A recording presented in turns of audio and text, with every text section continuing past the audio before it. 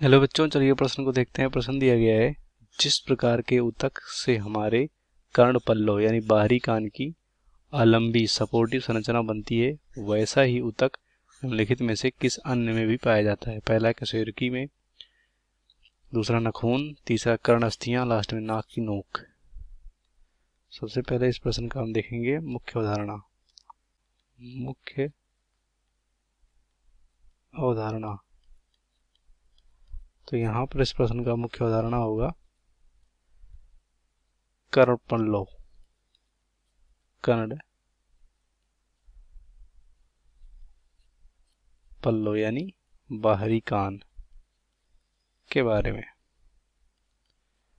देखो, जो यहाँ पर मानव में कान या जो कर्ण होता है, कान या जो कर्ण होता है, ये क्या करता है, ये शरीर का संतुलन बनाने में सहायता करता है और साथ ही साथ यहाँ पर सुनना, इनका दो मुख्य काम होता है।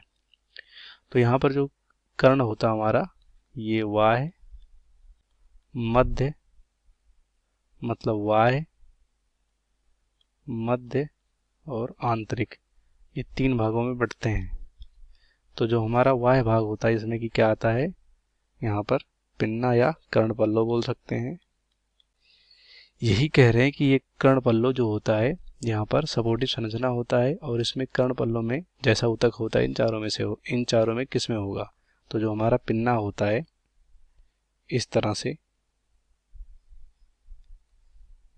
इसी को यहाँ पर क्या बोलते हैं, नॉर्मली इसको हम पिन्ना बोलते हैं। और ये किसका बना होता है, ये बना होता है उपास्थि का। लचीला यहाँ पर संरचना होता है, यानी लचीला ऊतक होता है, इसे क्या बोलते हैं, उपास्थि बोलते हैं।